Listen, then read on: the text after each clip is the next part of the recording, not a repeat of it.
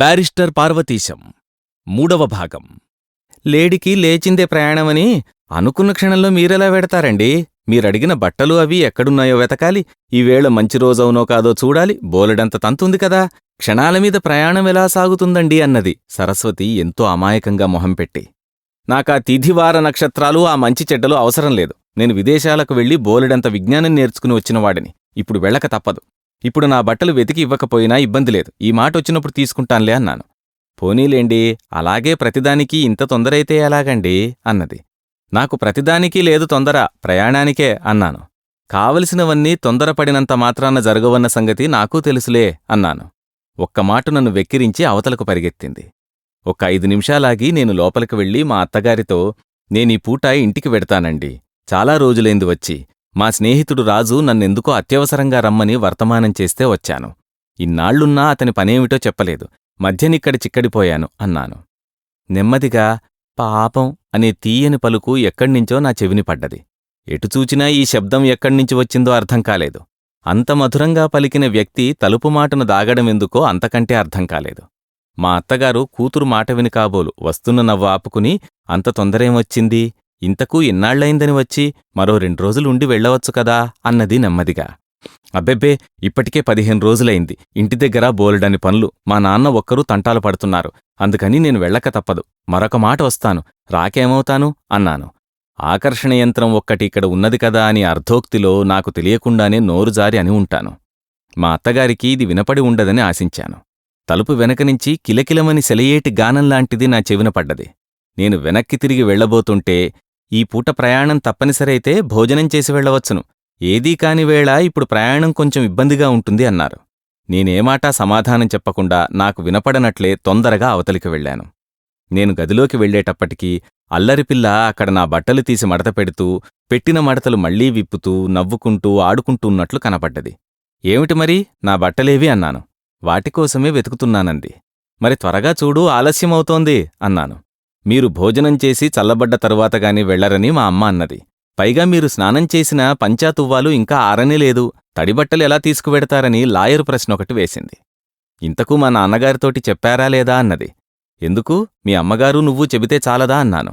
అదేం బాగుంటుందండి, మీరిక్కడ్నించి హాల్లో కూర్చున్న వారితోటి మాట మాత్రం చెప్పకుండా వెళ్లడం ఏమంత మర్యాద? మీకంత తొందర పని ఉంటే వారు మటుకు వద్దంటారా? చెప్పకుండా వెడితే మట్టుకు ఇలా చెప్పకుండా వెళ్ళిపోయాడేమిటి అని తప్పకుండా అనుకుంటారు అన్నది మందహాసం చేస్తూ. ఇలా రా ఒక్కమాటు అన్నాను. నేనిక్కడ మీ బట్టలు సర్దుతున్నాను, అక్కడ కూర్చుని మీరు చెప్పినా నాకిక్కడకు వినపడుతుంది అన్నది తలెత్తకుండా. నీ మాటలకే ఎదురు చెప్పలేకుండా ఉన్నాను. రేపింక కోర్టులో నేనెలా వాదిస్తానని ఆలోచిస్తున్నానన్నాను. మీరు తడుముకోకుండా మాట అందివ్వడానికి నన్ను కూడా కోర్టుకు తీసుకెళ్తే సరి అన్నది. అయితే నువ్వు కూడా బిఎల్ చదువు, ఆ పరీక్షయ్యే వరకు నిన్ను మా ఇంటికి రమ్మని తొందరపెట్టాను. అప్పుడు ఇద్దరం జాయింటుగా ప్రాక్టీస్ చేద్దామన్నాను. తలెత్తి ఒక్క క్షణం నిదానంగా అమాయకంగా నా కళ్లలోకి చూస్తూ, ఏమిటి అన్నది. నేను గభీమం లేచాను.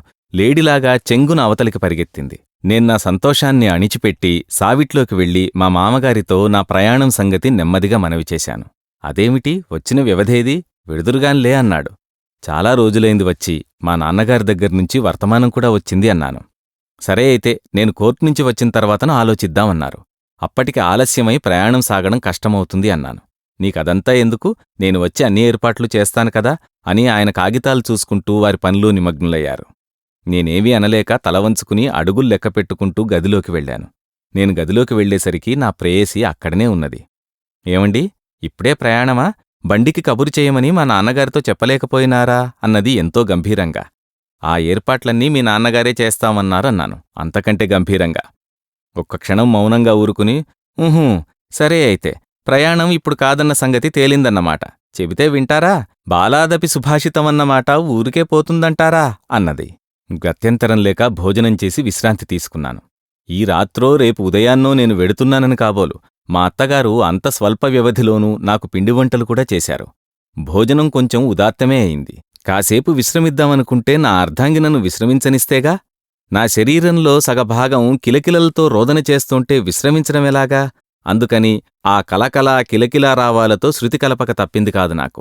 ఇలా ఎన్ని గంటలు జరిగాయో తెలియదుగాని హఠాత్తుగా నా సగభాగం మౌనం ఉన్నట్లు గ్రహించి పక్కకు చూస్తే ఆ అమ్మాయి అక్కడ్లేదు. ఎక్కడికి వెళ్ళిందో వెదకి తీసుకువద్దామని లేవబోతుంటే మహేంద్ర సభలో ఎవరో దివ్యాంగన ఫలహారముల పళ్ళెంతో నాట్యభంగిమతో ప్రవేశించినట్లు నా అర్ధాంగి కూనిరాగం తీస్తూ వెండి పళ్ళెంలో ఫలహారము, వెండి చెంబుతో మంచినీళ్లు పట్టుకుని ప్రత్యక్షమైంది.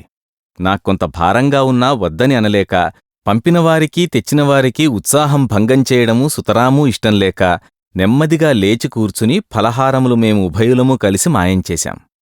ఈ కార్యక్రమం ముగించి లేచి ముఖప్రక్షాళనాదికము ముగించుకుని రాజుతో చెప్పి వద్దామని బయల్దేరబోతుంటే మా మామగారు కోర్టునుంచి వచ్చి, నాయనా పార్వతీశం, నీ ప్రయాణము తెల్లవారుఝాముననే బాగుంటుందని నిశ్చయించాను. అప్పటికి కారు కూడా ఏర్పాటు చేశాను. దానిమీదను తొందరగా వెళ్ళిపోవచ్చును అన్నారు. ఇంక ఏమనను? మాట్లాడకుండా తలవంచుకుని తిన్నగా రాజు దగ్గరికి వెళ్ళిపోయాను.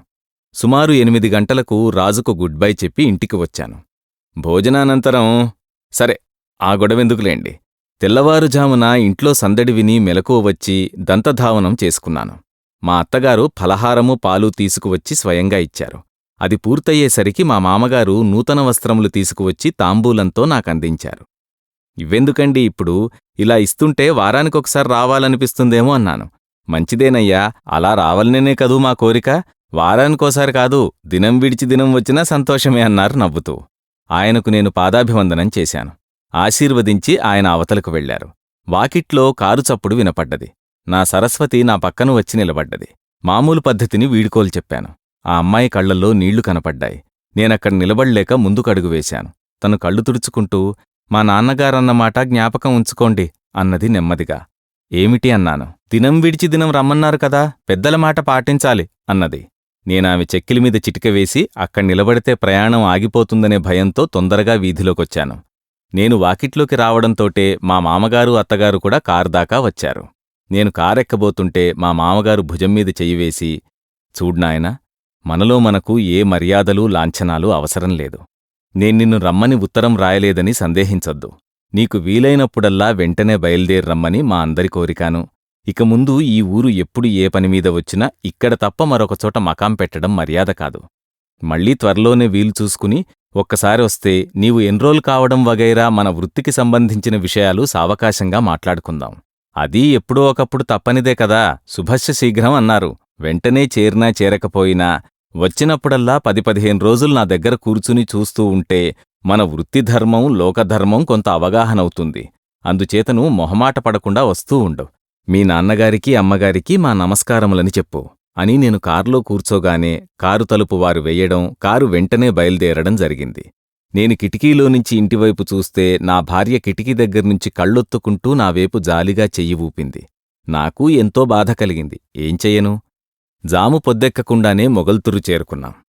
కారు మా ఇంటివైపుకు మళ్లేసరికి అవతలివైపు నుంచి మా నాన్నగారు పొలం నుంచి వస్తూ స్నానం చేసి వచ్చి గుమ్మం ఎక్కబోతూ కారు అటు రావడం చూచి ఎవరా అనుకుని కాబోలు గుమ్మంలోనే ఆగిపోయారు. ఆ క్షణంలోనే గుమ్మంలో కారాగడం, నేను పైకి రావడం చూచి మా నాన్నగారు కొంచెం నవ్వుకుని, వచ్చావా నాయనా, మీ మామగారు నీకు వాహనయోగం పట్టించారా ఏమిటి అన్నారు నవ్వుతూ. అవున్నాన్నా, వద్దంటే విన్నారు కాదన్నాను. అవునాయనా, ఇంకా కొత్త కదా, కొన్నాళ్ల వరకు వారలా మర్యాదలు చేస్తూనే ఉంటారు. అయితే ఇంత హడావిడిగా పరిగెత్తుకొచ్చావేమి?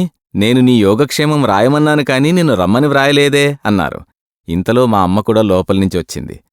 నేను కార్ డ్రైవర్కు 5 రూపాయలు చేతిలో పెట్టాను. అతను వద్దంటూనే ఎంతో సంతోషంతో అందుకున్నాడు. మా అమ్మ యువతలికి వస్తూనే, నాయనా, కారతన్ని భోజనం చేసి వెళ్ళమను, లేకపోతే అక్కడికి వెళ్లేటప్పటికీ ఆలస్యమవుతుంది అన్నది. ఆ మాట విని అతను వద్దంటూనే, నేను 12 గంటల్లోపున అక్కడికి వెళ్ళిపోతానండి, నాకాటే ఆలస్యం కాదు, మా యజమాని కనిపెట్టుకునుంటారు కూడాను అని సెలవు తీసుకుని వెళ్ళిపోయాడు. ఏం నాయనా, నీ ప్రయాణానికి మీ ఆవిడ సెలవిచ్చిందా? ఇప్పుడే నిన్నింత కట్టిపడేసుకున్నది, ఇంకను ముందు ఇల్లరికమే చేయమంటుందేమో అన్నది నవ్వుతూ. మరీ నాన్నగారు అలాంటిదాన్ని ఎందుకు చెయ్యాలి? నేనేం కావాలని పట్టుబట్టానా అన్నాను లోపలికి నడుస్తూ. నువ్వేమీ పట్టుబట్టలేదు, నేనే నీ మనసెరిగి నిశ్చయం చేశాను. నీకు చాలా అనుకూలవతి, రూపవతి, గుణవతి అయిన కన్య ఈమె అని మనోనిశ్చయం కలిగి నేనంగీకరించాను. నీకన్ని విధాలా సరిపోయిన పిల్లే, సందేహం ఎంతమాత్రం లేదు. ఆ అమ్మాయి వచ్చిన వేళా విశేషం చేతను నీకు సమస్త శుభములు, సమస్త సుఖములు, సమస్త సంతోషములు కలుగుతవని నా దృఢవిశ్వాసం అంటూ ఆయన పూజకు వెళ్ళిపోయారు. మా అమ్మ ముఖం వికసిత పద్మమే అయ్యింది. నేను నిలువెల్లా పులకించి పొంగిపోయాను. భీమవరంలో కిటికీ వెనుకనుంచి ఆర్ద్రనయనాలతో నన్ను చూచి చేయి ఊపిన దృశ్యం నా కళ్ళ ఎదుట కదులుతోంటే తదేక దీక్షతో చూస్తూ అలా కూర్చుండిపోయాను. ఇంతలో మా నాన్న దేవతార్చన కావచ్చిందన్న విషయం స్ఫురణకొచ్చి నేను స్నానానికి లేచాను. బ్యారిస్టర్ పార్వతీశం. రచన కీర్తిశేషులు మొక్కపాటి నరసింహశాస్త్రి. గాత్రధారణ మిమిక్రీ జనార్దన్. సమర్పణ ఎడవల్లి అసోసియేట్స్. నిర్వహణ Arila studios. Audio engineer Santosh Vadnala. Studio sound city Hyderabad.